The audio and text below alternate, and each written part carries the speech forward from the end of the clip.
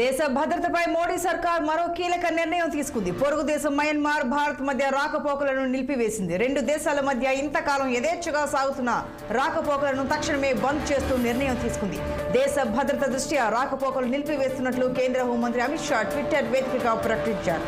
కల్లోల పరిస్థితులు నెలకొనడంతో అక్కడి నుంచి కొందరు సైనికులు సరిహద్దులను దాటి భారత్లోకి ప్రవేశించడం కలకలం సృష్టించింది. దీంతో అప్రమత్తమైన భారత్ ప్రభుత్వం సరిహద్దు వెంబడి కంచె నిర్మాణం చేపట్టింది. ఈ క్రమంలోనే తాజాగా మరో కీలక నిర్ణయం తీసుకుంది. ఇరు దేశాల మధ్య జరుగుతున్న రవాణాను నిలిపివేసింది.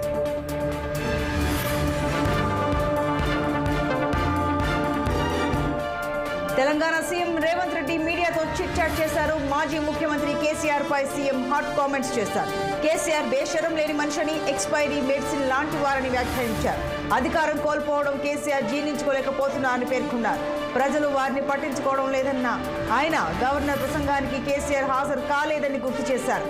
డిఎస్సీ సమావేశానికి కూడా రాలేదని, ప్రజాస్వామ్యం, ప్రజాసేవపై ఆయన చిత్తశుద్ధి ఏంటో అర్థం చేసుకోవచ్చన్నారు రేవంత్ రెడ్డి.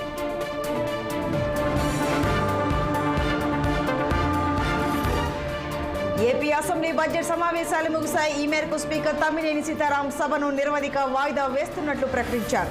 3 రోజుల పాటు అసెంబ్లీ సమావేశాలు జరిగాయి. మొత్తం 10 గంటల 2 నిమిషాల పాటు సభ జరిగింది. ఈ బడ్జెట్ సెషన్స్ లో ద్రవ్య వినిమయ బిల్లు 2024-25 ఆర్థిక సంవత్సరానికి ఓట్ ఆన్ అకౌంట్ బడ్జెట్ కు ఏపీ అసెంబ్లీ ఆమోదం తెలిపింది. అలాగే మరో 7 బిల్లులను ఏపీ అసెంబ్లీ ఆమోదించింది.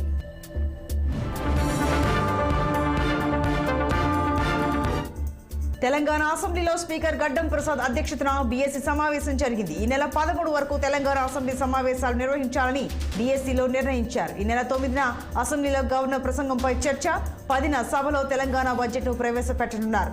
ఇక బీఎస్సీ సమావేశానికి CM Revanth Reddy, deputy CM Bhatti Vikramarka, Sridhar Babu హాజరయ్యారు. అలాగే బీఆర్ఎస్ నుంచి కడియం శ్రీహరి, బీజేపీ నుంచి మహేశ్వర్ రెడ్డి, సిపిఐ నుంచి కూనంనేని సమావేశానికి హాజరయ్యారు.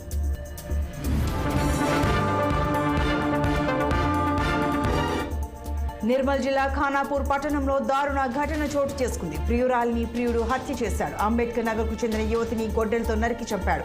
ఘటనలో అలేఖ్య అనే యువతి అక్కడికక్కడే ప్రాణాలు కోల్పోగా జయ, రియాజ్లకు తీవ్ర గాయాలయ్యాయి. రక్తపు మడుగులో ఉన్న ఇద్దరిని ఆసుపత్రికి తరలించి చికిత్స అందిస్తున్నారు.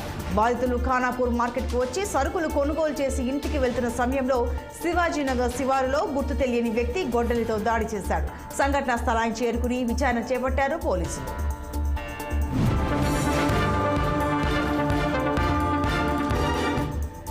కర్ణాటకలో ఆసక్తికర ఘటన చోటు చేసుకుంది. కురకనహల్లికి చెందిన ఓ కుటుంబం తమ పెంపుడు కుక్కకి సీమంతం జరిపారు.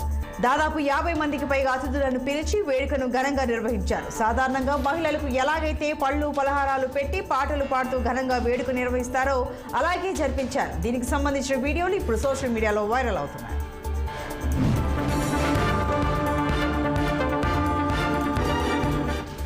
కోడికత్తి కేసులో కీలక పరిణామం చోటు చేసుకుంది. కేసులో నిందితుడిగా ఉన్న శ్రీనివాస్ కు బెయిల్ లభించింది. అతడికి హైకోర్టు షరతులతో కూడిన బెయిల్ను మంజూరు చేసింది. 25,000 పూచికత్తితో 2 ష్యూరిటీలు సమర్పించాలని, ప్రతి ఆదివారం ముమ్మిడివరం పోలీస్ స్టేషన్లో హాజరు కావాలని స్పష్టం చేసింది. కేసు గురించి మీడియాతో మాట్లాడవద్దని శ్రీనివాస్ ను ఆదేశించింది.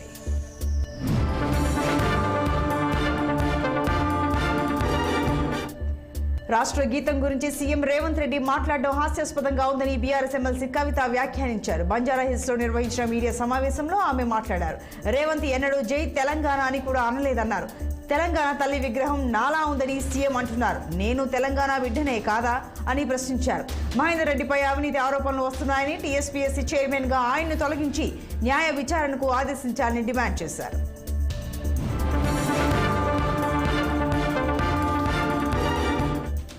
శ్రీ సత్యసాయి జిల్లా కదిరి ఆర్టీసీ బస్టాండ్లో మడకశిర మున్సిపల్ కమిషనర్ ప్రభాకర్ రావు గుండెపోటుతో మృతి చెందారు. మడకశిర నుంచి రాయచోటికి కోర్టు పనుల నిమిత్తం వెళ్తున్నారు. ఆర్టీసీ బస్టాండ్లో బస్ కోసం ఎదురు చూస్తుండగా ఆయన గుండెపోటుతో కుప్పకూలిపోయారు. అక్కడున్న స్థానికులు వెంటనే ఆయన్ని కదిరి ప్రభుత్వ ఆసుపత్రికి తరలించారు. అయితే అప్పటికి ఆయన మృతి చెందినట్లు వైద్యులు తెలిపారు. కమిషనర్ మృతి చెందిన కాసేపటికే ఉద్యోగరీత్యా మడకశిర నుండి పుట్టపర్తి అర్బన్ డెవలప్మెంట్ సెక్రటరీగా ఆర్డర్ వచ్చినట్లు స్థానిక మున్సిపల్ అధికారులు తెలిపారు.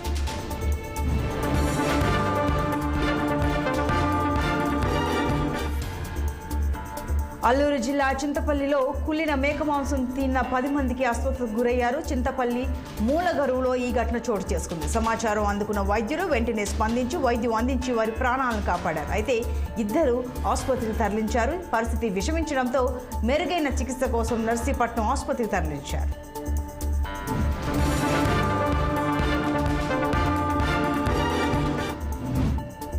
ఉస్మానియా యూనివర్సిటీలో విద్యార్థులను అరెస్ట్ చేశారు. జీవో 46 రద్దు చేయాలని, లేకుంటే అసెంబ్లీ సమావేశాలను అడ్డుకుంటామని ప్రకటించిన విద్యార్థి సంఘాలను అదుపులోకి తీసుకున్నారు. అయితే పోలీసుల తీరుపై స్టూడెంట్స్ తీవ్ర ఆగ్రహం వ్యక్తం చేశారు. రేవంత్ రెడ్డి, భట్టి విక్రమార్క ఎన్నికల ముందు జీవో 46ని రద్దు చేస్తామని మాట ఇచ్చారని, అయితే ఇప్పుడు అధికార ద్రోహులుగా మారారని మండిపడ్డారు. తమకు న్యాయం జరిగే వరకు పోరాటం కొనసాగిస్తామని, వదిలిపెట్టేది లేదని విద్యార్థి సంఘాలు హెచ్చరించారు.